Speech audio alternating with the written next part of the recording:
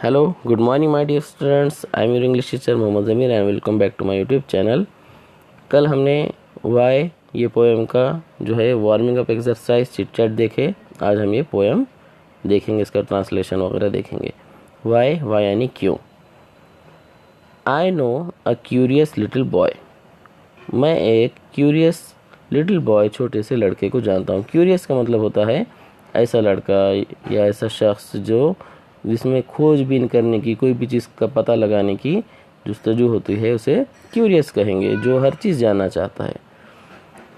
Who is always asking why. तो वो ऐसा लड़का है जो हमेशा पूछता रहता है कि क्यों. Why this why that. ये क्यों, वो क्यों. वाई देन, तब क्यों. वाई नाउ, अब क्यों.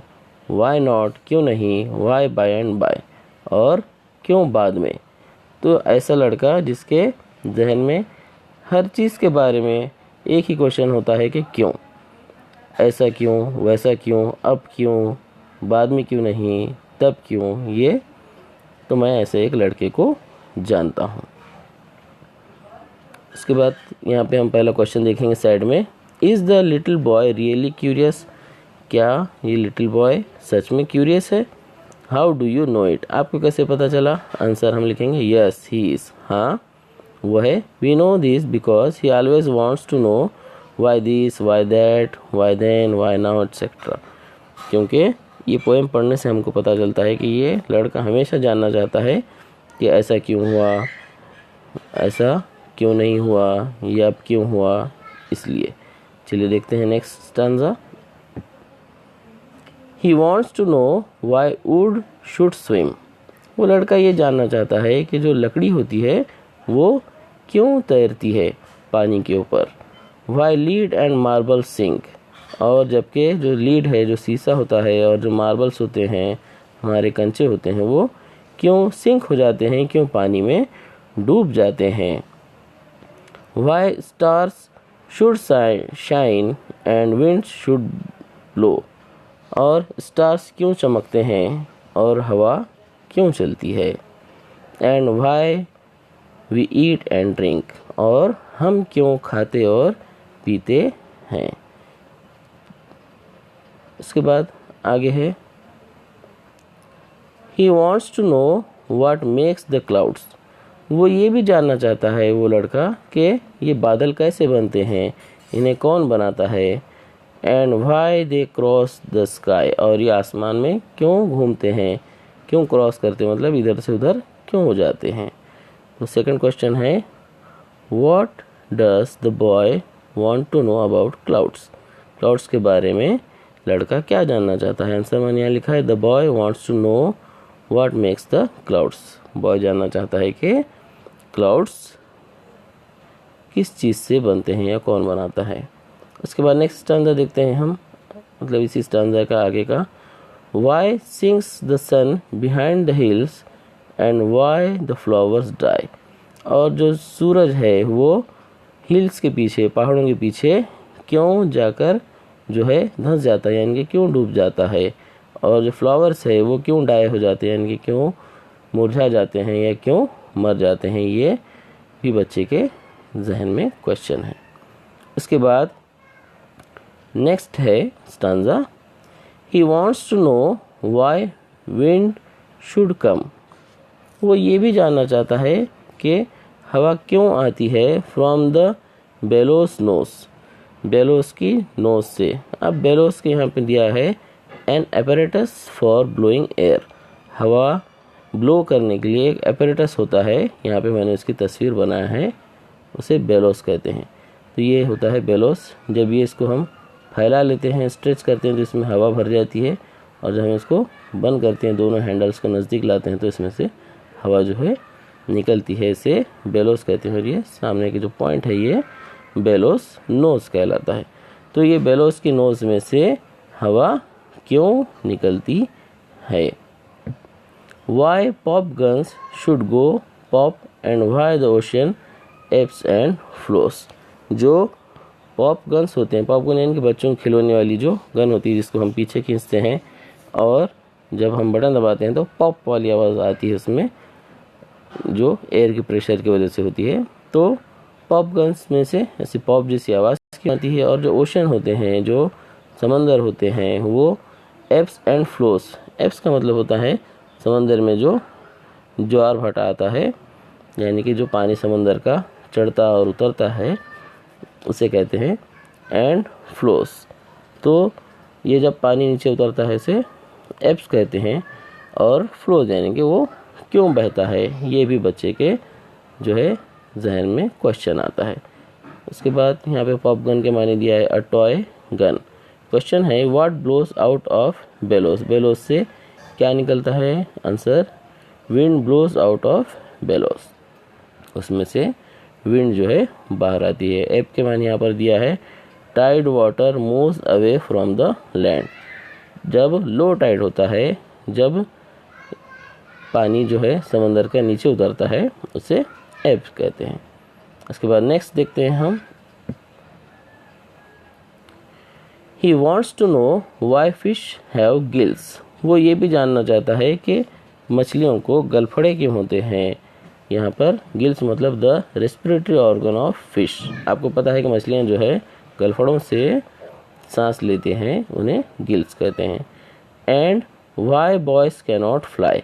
और ये भी जानना चाहता है बच्चा वो कि लड़के जो है वो क्यों नहीं उड़ सकते, जो दूसरे परिंदे होते हैं उनकी तरह क्यों नहीं उड़ सकते।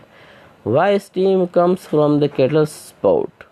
यानी कि केटल यानी कि जो केतली होती है चाय की हमारी, और स्पाउट यानी कि उसकी जो सामने की डंडी होती है, उसमें से स्टीम भाप या वाफ क्यों निकलती है। And rain falls from the sky. और आसमान से बारिश क्यों बरसती है। ये इतने सारे ये बच्चे के जहन में ध्यान में क्वेश्चंस आते हैं। यहाँ पर केटल से स्पॉट दिया है अ pipe of kettle through which T और लिक्विड कैन बी पोर्ड। केतली का सामने की जो डंडी होती है, जिसमें से जो पाइप होता है जिसमें से चाय या कोई भी लिक्विड चीज़ निकलती है, उसे केटल स्पाउट कहते हैं। उसके बाद he wants to know why coal should burn. वो ये भी जानना चाहता है कि कोल जो होता है, कोयला जो होता है, वो क्यों जलता है। And not a bit of stone. और पत्थर का अगर हम टुकड़ा लें एक, वो क्यों नहीं जलता।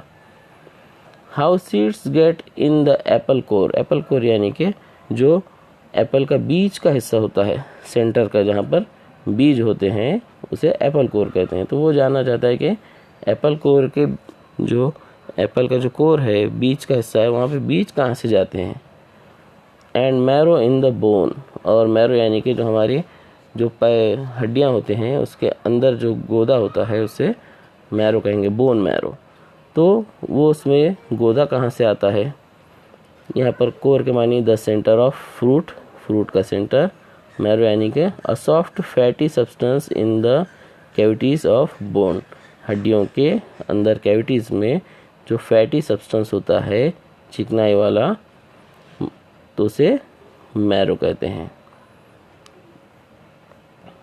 उसके बाद